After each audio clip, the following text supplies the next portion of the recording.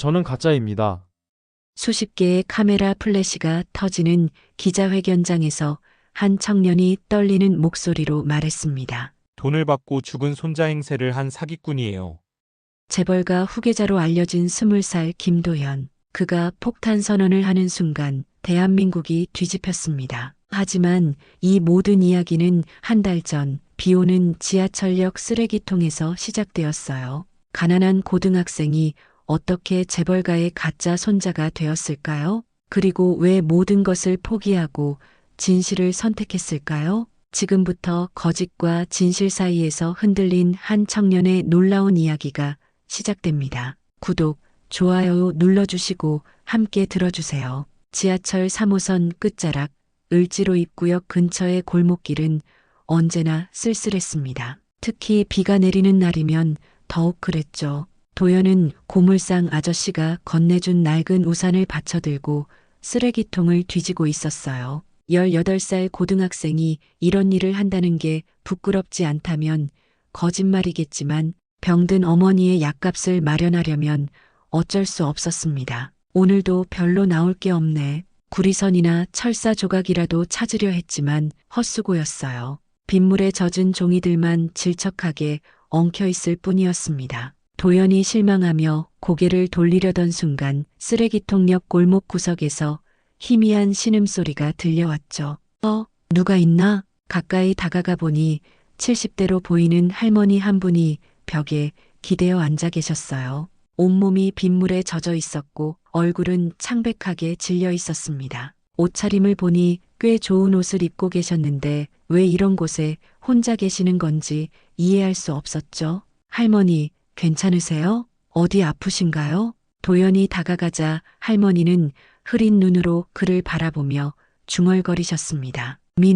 민호야, 왜 이제야 왔니? 할머니가 얼마나 기다렸는데. 민호라는 이름은 처음 들어봤지만 할머니의 상태가 심상치 않다는 걸 직감할 수 있었어요. 도연은 망설이지 않고 할머니를 일으켰습니다. 생각보다 가벼운 몸이었지만 의식이 완전히 또렷하지 않은 상태였죠. 병원에 가셔야겠어요. 제가 모셔다 드릴게요. 도연은 할머니를 등에 업고 가장 가까운 응급실을 향해 뛰기 시작했습니다. 빗속을 헤치며 20분을 달린 끝에 을지병원에 도착할 수 있었어요.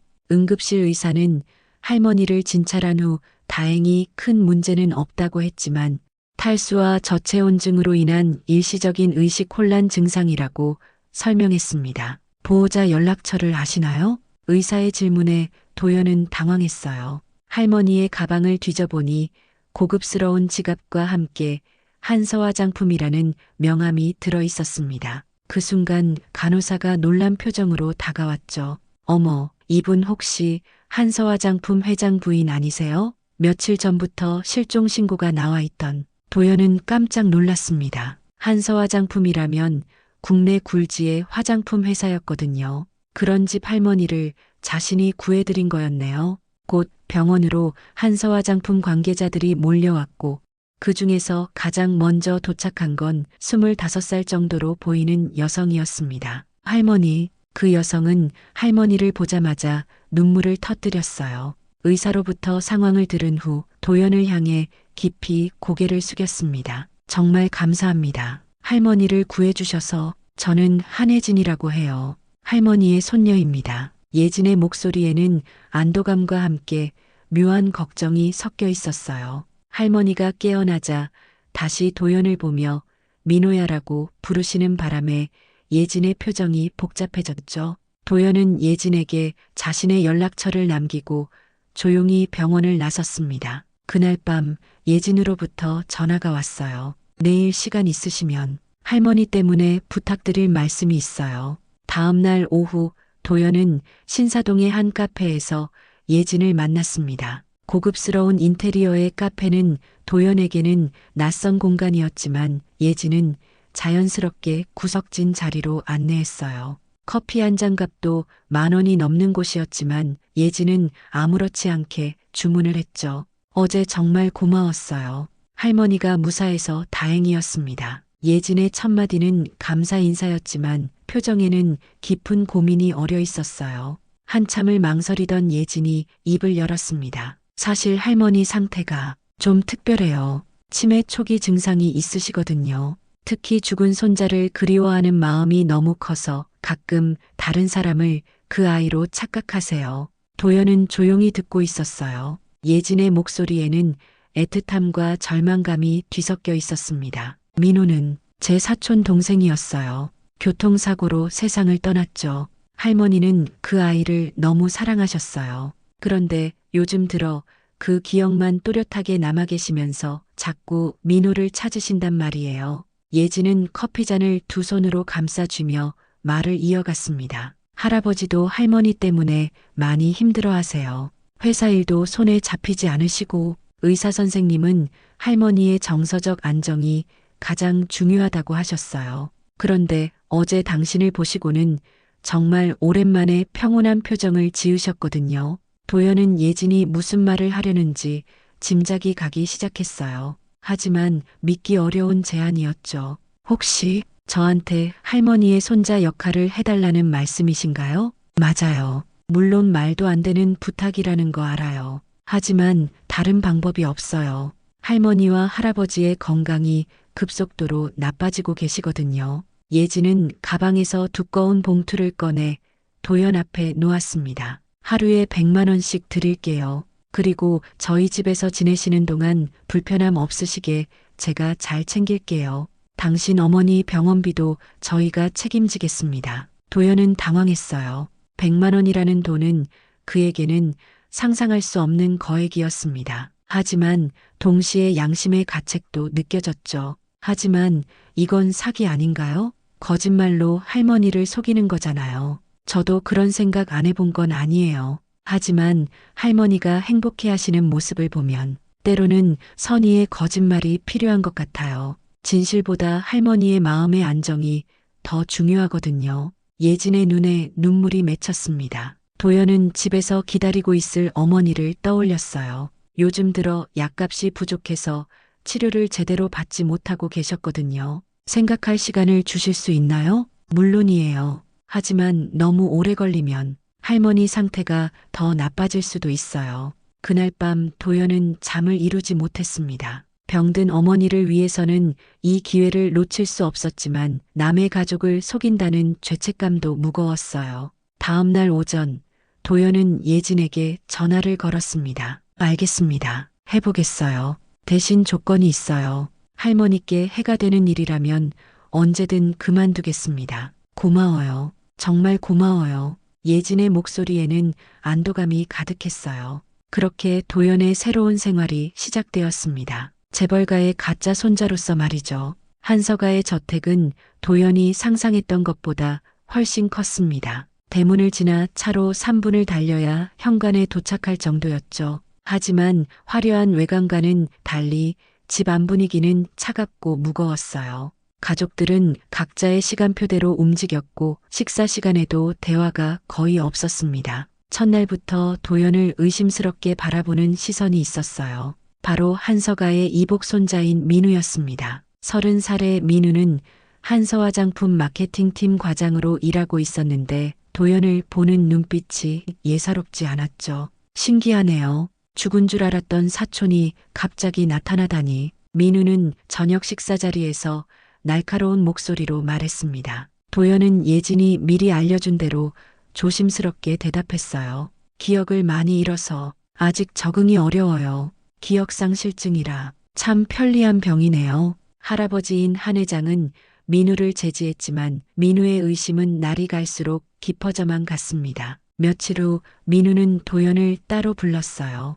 유전자 검사를 받아보는 게 어때요? 가족이라면 당연히 받을 수 있잖아요. 왜 그런 걸 받아야 하죠? 요즘 유전자 조작 사기단들이 많다던데요. 재벌가를 노리는 전문 사기꾼들 말이에요. 도연은 식은땀이 흘렀습니다. 하지만 예진이 나타나 상황을 정리했어요. 민우 오빠 그만해요. 할머니가 행복해 하시는데 왜 자꾸 문제를 만들어요? 예진아, 넌 너무 순진해. 이런 식으로 당하면 어떡해? 그날 밤 도연은 예진과 정원을 산책하며 이야기를 나눴습니다. 달빛 아래서 예진의 표정은 평소보다 더 진지해 보였어요. 미안해요.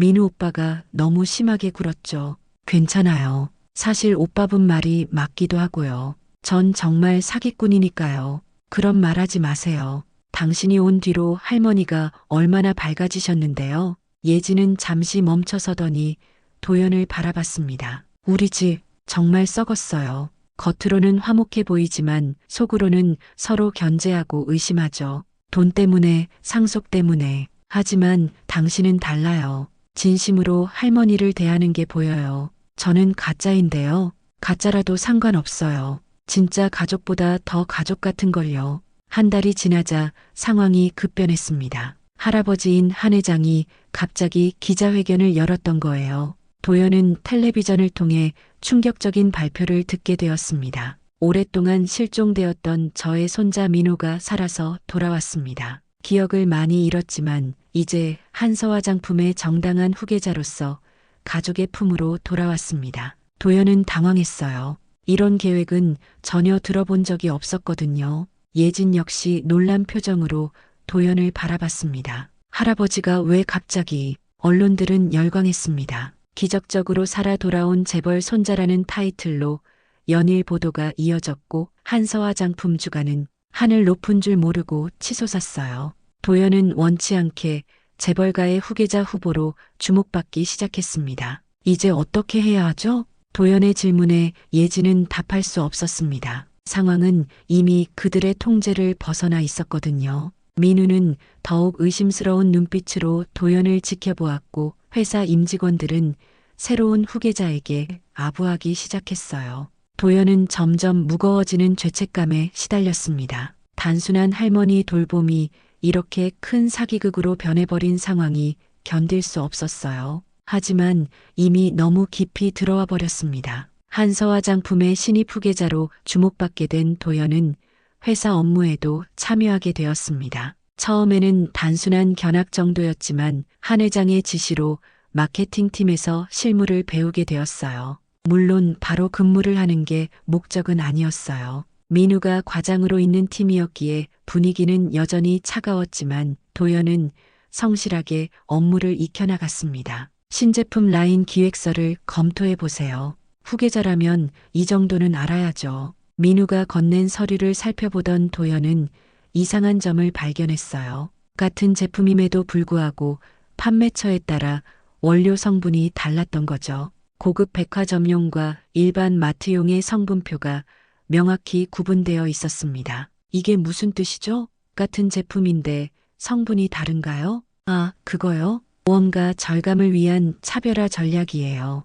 고객층에 맞춰서 원료를 조정하는 거죠. 민우는 당연하다는 듯이 설명했지만 도연은 석연치 않았습니다. 며칠 후 창고를 둘러보던 중 더 충격적인 사실을 알게 되었어요. 유통기한이 임박하거나 지난 제품들을 다시 포장해서 저가 브랜드로 판매하고 있었던 거죠. 이건 정말 문제가 있는 것 같은데요. 도연이 예진에게 이야기하자 예진은 불편한 표정을 지었습니다. 그런 건 업계에서 흔한 일이에요. 불법은 아니거든요. 합법이라고 해서 윤리적인 건 아니잖아요. 가난한 사람들만 저품질 제품을 쓰라는 건가요? 예진은 도연의 말에 대답하지 못했어요. 사실 그녀도 이런 관행이 옳지 않다는 것을 알고 있었지만 가족 사업을 지키기 위해서는 어쩔 수 없다고 생각해왔거든요. 도연은 더 자세히 조사해 보기로 했습니다. 회계팀 자료를 살펴보니 더욱 심각한 문제들이 드러났어요. 저소득층 대상 제품에는 값싼 중국산 원료를 사용하면서도 국산이라고 표기하고 있었고 일부 제품에서는 유해 성분이 기준치를 초과하기도 했습니다. 이건 정말 심각한 문제네요. 도연이 증거 자료들을 정리하고 있을 때 민우가 나타났어요. 뭘 하고 있는 거죠? 회사 운영에 대해 공부하고 있어요. 공부라 참 열심히 하시네요. 그런데 혹시 우리 회사에 문제라도 있다고 생각하세요? 민우의 목소리에는 경계심이 가득했습니다. 도연은 조심스럽게 대답했어요. 완벽한 회사는 없겠지만 개선할 점들이 보이긴 해요. 개선할 점이요? 구체적으로 뭘 말하는 건가요? 도연은 자신이 발견한 문제점들을 차근차근 설명했습니다. 민우의 표정은 점점 어두워졌어요. 당신이 뭘 안다고 그런 소리를 하는 거죠? 겨우 몇 달 다녔으면서 저는 한서가의 가족이잖아요. 가족이라면 회사가 잘못된 길로 가는 걸 막아야 하는 거 아닌가요? 그날 저녁 도연은 한 회장을 찾아갔습니다. 할아버지 방에서 차를 마시며 조용히 이야기를 나눴어요. 할아버지, 회사 운영에 대해 여쭤보고 싶은 게 있어요. 그래, 뭐든 물어보거라. 도연은 자신이 발견한 문제점들을 정중하게 말씀드렸습니다. 한 회장의 표정은 점점 굳어져 갔어요. 민호야, 사업이라는 게 그렇게 단순하지 않단다. 경쟁이 치열한 시장에서 살아남으려면. 하지만 할아버지, 우리가 속이고 있는 건 결국 우리를 믿고 제품을 사는 고객들이에요. 특히 가난한 사람들을 대상으로 한 사기나 다름없잖아요. 한 회장은 한참 동안 말이 없었습니다. 그러다가 깊은 한숨을 내쉬며 말했어요. 민호야, 넌 아직 어려서 모르는구나. 사업이란 게 저는 이 집안 사람이 아닐 수도 있지만 이 부리만은 그냥 두고 싶지 않아요. 도연의 단호한 목소리에 한 회장은 놀란 표정을 지었습니다. 그 순간 도연은 결심했어요. 이 문제를 세상에 알리겠다고 말이죠. 도연의 폭로 의지를 안 예진은 필사적으로 그를 말렸습니다. 저택 정원의 한적한 벤치에서 둘은 밤늦도록 이야기를 나눴어요.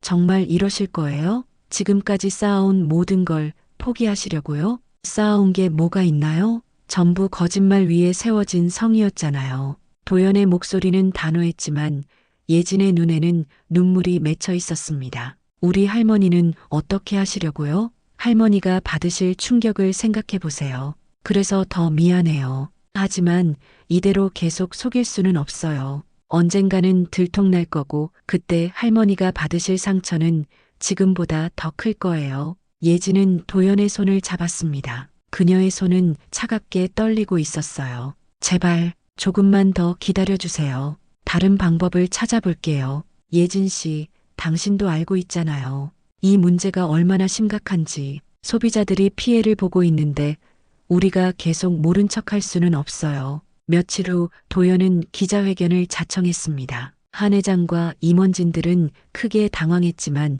후계자의 첫 공식 석상이라며 언론들의 관심이 집중되었어요. 예진은 마지막까지 도연을 붙잡으려 했습니다. 정말 후회하지 않을 거예요? 후회는 지금 이 순간 진실을 말하지 않는 거예요. 기자회견장에는 수십 명의 기자들이 몰려들었습니다. 한서화장품의 젊은 후계자에 대한 궁금증이 컸거든요. 도연은 단상에 올라서서 준비해온 원고를 내려다봤어요. 손이 떨렸지만 마음은 오히려 차분해졌습니다. 안녕하세요. 한서화장품 후계자 민호. 아니, 저는 김도연이라고 합니다. 기자들 사이에서 웅성거림이 일었어요. 도연은 깊게 숨을 들이마시고 말을 이어갔습니다. 저는 가짜입니다. 돈을 받고 죽은 손자 행세를 한 사기꾼이에요. 오늘 이 자리에서 그 모든 거짓을 고백하고 계약을 끝내려고 합니다. 회견장이 순식간에 술렁거렸습니다. 카메라 플래시가 터지고 기자들은 놀란 표정으로 메모를 하기 시작했어요. 하지만 제가 이 짧은 기간 동안 정말로 본 것은 이 기업이 외면해온 사람들의 아픔이었습니다. 가난하다는 이유로 저품질 제품을 강요받고 유해한 성분에 노출되면서도 그 사실조차 모르고 살아가는 분들 말이에요. 도연은 준비해온 자료들을 공개했습니다. 원료 조작 증거, 유통기한 변조, 내역, 성분 허위 표기 사례들이 하나씩 공개될 때마다 기자들의 표정은 더욱 진지해졌어요. 저는 가짜 손자였지만 이 회사의 진짜 모습을 보았습니다. 그리고 그 진실을 숨기고 살 수는 없었어요. 객석에 앉아있던 예진의 얼굴은 창백해졌습니다. 한 회장과 임원진들은 급히 대책회의를 위해 자리를 뜨려 했지만 이미 언론의 관심은 폭발적으로 커진 상태였어요. 마지막으로 한 가지만 말씀드리고 싶습니다. 한서가 할머니께서는 정말 선량한 분이세요. 저를 진짜 손자처럼 사랑해 주셨거든요. 그 사랑만큼은 가짜가 아니었어요. 할머니께 정말 죄송합니다. 도연이 단상에서 내려오자 예진이 다가왔습니다. 그녀의 눈에는 눈물이 가득했지만 화를 내지는 않았어요. 이제 어떻게 하실 거예요? 모든 책임을 제가 질게요. 예진 씨는 피해자예요. 아니에요. 저도 공범이었어요. 처음에 당신을 고용한 건 저니까요. 예진은 도연의 손을 꽉 잡았습니다. 우린 둘 다 이 집안의 피해자였어요. 하지만 이제는 아니에요. 우리가 진실을 선택했으니까요. 기자회견 이후 한서화 장품은 하루아침에 지옥으로 떨어졌습니다. 주가는 연일 하한가를 기록했고 소비자들의 불매운동이 전국적으로 퍼져나갔어요. 시민단체들은 집단소송을 준비했고 검찰은 즉시 압수수색에 나섰습니다. 도연은 경찰서에서 조사를 받으며 모든 것을 상세히 진술했어요. 사기 혐의로 구속될 각오를 했지만 내부 고발자로서의 가치를 인정받아 선처를 받을 가능성이 높아졌습니다. 오히려 한 회장과 임원진들이 더 큰 법적 책임을 져야 할 상황이었어요. 정말 후회하지 않나요? 담당 검사의 질문에 도연은 고개를 저었습니다. 후회보다는 홀가분해요. 이제야 제 이름으로 살 수 있을 것 같아서요. 한편 한서가 저택은 연일 기자들과 시위대들로 들끓었습니다. 예진은 할머니를 모시고 지방의 요양원으로 피신해야 했어요. 할머니는 도연이 가짜였다는 사실을 알고 크게 충격을 받으셨지만 의외로 차분하게 받아들이셨습니다. 그 아이가 거짓말을 한 건 맞지만 나를 진심으로 대해준 건 진짜였어. 할머니의 말에 예진은 눈물을 흘렸어요. 할머니께서는 여전히 혼란스러워 하셨지만 도연에 대한 원망보다는 안쓰러운 마음이 더 크셨습니다. 한 회장은 모든 책임을 지고 사퇴했습니다. 수십 년간 일궈온 사업이 하루아침에 무너지는 것을 지켜보며 깊은 좌절감에 빠졌어요. 하지만 그는 도연을 원망하지 않았습니다. 오히려 마지막에 진실을 말한 그의 용기를 인정했죠. 회사 경영진은 대거 교체되었고 외부에서 온 전문 경영인이 새로운 대표이사가 되었습니다. 한서화 장품은 피해 보상과 품질 개선을 위해 막대한 비용을 투자해야 했어요.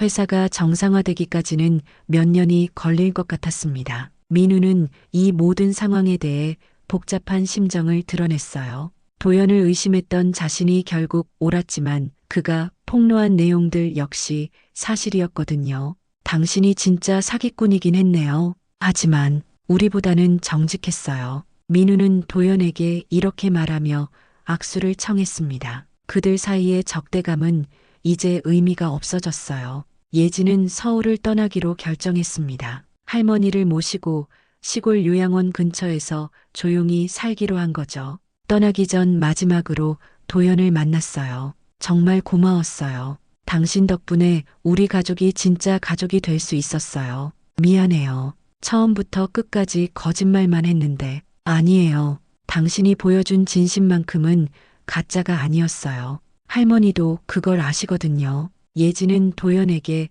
봉투 하나를 건넸습니다. 할아버지께서 당신에게 전해달라고 하셨어요. 봉투 안에는 한 회장의 편지가 들어 있었어요. 떨리는 손으로 편지를 펼쳐본 도연은 눈시울이 뜨거워졌습니다. 민우야, 아니 도연아. 내 진짜 손자는 이미 세상을 떠났지만 너만큼 따뜻한 마음을 가진 아이는 없었다. 내가 보여준 용기와 정직함이 우리 가족을 구했다. 고맙다. 편지 끝에는 도연의 어머니 치료비와 앞으로의 생활비가 담긴 통장이 동봉되어 있었어요. 하지만 도연에게는 그 돈보다 한 회장의 마지막 인정이 더 소중했습니다. 예진과 할머니가 떠난 후 도연은 홀로 남았어요. 언론의 관심도 점점 사그라들었고 이제 정말로 자신의 이름으로 새로운 삶을 시작할 차례였습니다. 한서화 장품 사건이 일단락된 지 석 달이 지났습니다. 도연은 다시 을지로 골목의 고물상으로 돌아왔어요. 하지만 예전과는 달랐습니다. 한 회장이 남겨준 돈으로 어머니의 치료비 걱정은 덜었고 무엇보다 이제 떳떳하게 자신의 이름으로 살 수 있게 되었거든요. 도연아, 요즘 뭔가 달라 보이는데? 고물상 사장 김아저씨가 웃으며 말했습니다. 도연은 예전보다 훨씬 밝은 표정으로 일을 하고 있었어요. 그런가요? 그냥 마음이 편해진 것 같아요. 어느 날 도연은 고물상 옆 빈 컨테이너를 보며 아이디어를 떠올렸습니다. 이곳을 개조해서 동네 아이들을 위한 무료 공부방을 만들면 어떨까 하는 생각이었어요. 재벌가에서 지내며 느꼈던 교육 격차의 심각성을 몸소 체험했거든요. 김 아저씨, 저 컨테이너 쓰지 않으시죠? 제가 임대료 드릴 테니 좀 써도 될까요? 뭐에 쓰려고? 아이들 공부방으로요. 이 동네에는 학원 갈 형편이 안 되는 아이들이 많잖아요. 김 아저씨는 흔쾌히 승낙했습니다. 오히려 임대료도 받지 않겠다고 하더군요. 도연은 한 회장이 남겨준 돈 일부를 사용해 컨테이너를 개조하기 시작했어요. 책상과 의자, 칠판을 설치하고 벽에는 밝은 페인트를 칠했습니다. 소문이 나자 동네 사람들이 하나둘 도움을 주기 시작했어요. 어떤 분은 중고책을 가져다 주셨고 또 어떤 분은 간식을 챙겨주셨습니다. 한 달 만에 작은 공부방이 완성되었어요. 첫날 몇 명의 아이들이 찾아왔습니다. 초등학생부터 중학생까지 다양한 연령대였지만 모두 공부에 대한 열망이 가득한 아이들이었어요. 선생님,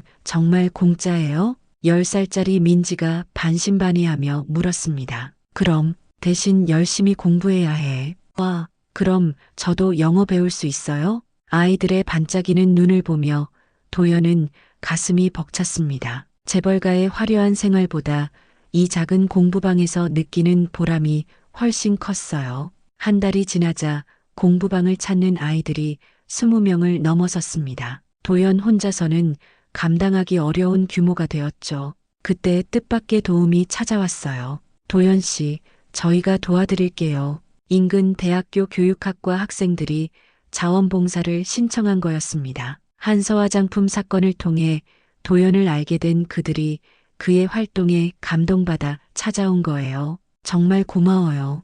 혼자서는 한계가 있었거든요. 대학생 자원봉사자들이 합류하면서 공부방은 더욱 체계적으로 운영되기 시작했습니다. 과목별로 전담 선생님이 생기고 아이들의 학습 수준에 맞는 개별 지도도 가능해졌어요. 몇 달 후 한 방송국에서 연락이 왔습니다. 도연의 공부방 이야기를 다큐멘터리로 제작하고 싶다는 거였어요. 가짜 손자, 진짜 청년. 그런 제목으로 방영된 다큐멘터리는 큰 반향을 일으켰습니다. 전국에서 후원금과 도서가 쇄도했고 비슷한 공부방을 만들고 싶다는 문의도 끊이지 않았어요. 어느 날 예진으로부터 소포가 도착했습니다. 매달 한 번씩 보내오는 책 상자였죠. 이번에는 편지도 함께 들어있었어요. 도연 씨, 텔레비전에서 봤어요. 정말 자랑스러워요. 할머니도 많이 좋아하셨거든요. 당신이 진짜 좋은 사람이라고 하시면서요. 편지를 읽으며 도연은 미소를 지었습니다. 멀리 있지만 예진과 할머니가 자신을 응원하고 있다는 게 느껴졌어요. 선생님, 아이들이 밝은 목소리로 부르는 소리에 도연은 고개를 들었습니다. 민지가 수학 문제집을 들고 달려오고 있었어요. 이 문제 어떻게 푸는지 알려주세요. 그래, 같이 풀어보자. 도연은 아이들과 함께 문제를 풀어가며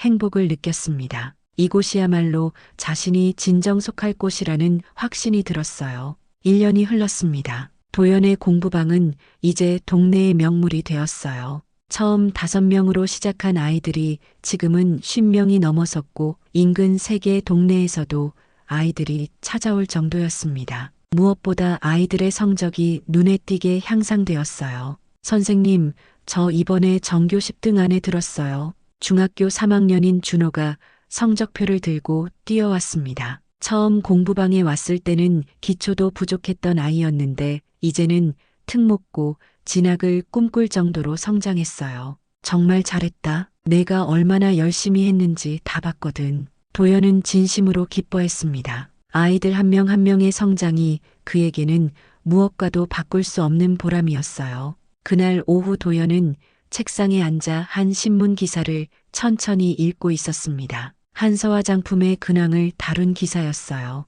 새로운 경영진 하에서 회사가 조금씩 정상화되고 있다는 내용이었죠. 그 중에는 한 회장의 마지막 인터뷰도 실려 있었습니다. 저는 평생 사업만 생각하며 살았습니다. 하지만 정작 중요한 것들을 놓치고 살았네요. 그 젊은 친구가 저희에게 진짜 가치가 무엇인지 가르쳐 주었어요. 한 회장은 현재 요양원에서 치료를 받으며 조용한 여생을 보내고 계셨습니다. 건강이 많이 악화되어 면회도 제한적이었지만 가끔 예진을 통해 안부를 전해들을 수 있었어요. 도연은 커피를 한 모금 마시며 창밖을 바라봤습니다. 컨테이너 공부방 앞에서 아이들이 즐겁게 뛰어노는 모습이 보였어요. 그들의 웃음소리가 골목까지 울려 퍼졌습니다. 도연 선생님, 민지가 손을 흔들며 인사했습니다. 이제 중학생이 된 민지는 후배들을 돌보는 언니 역할도 톡톡히 하고 있었어요.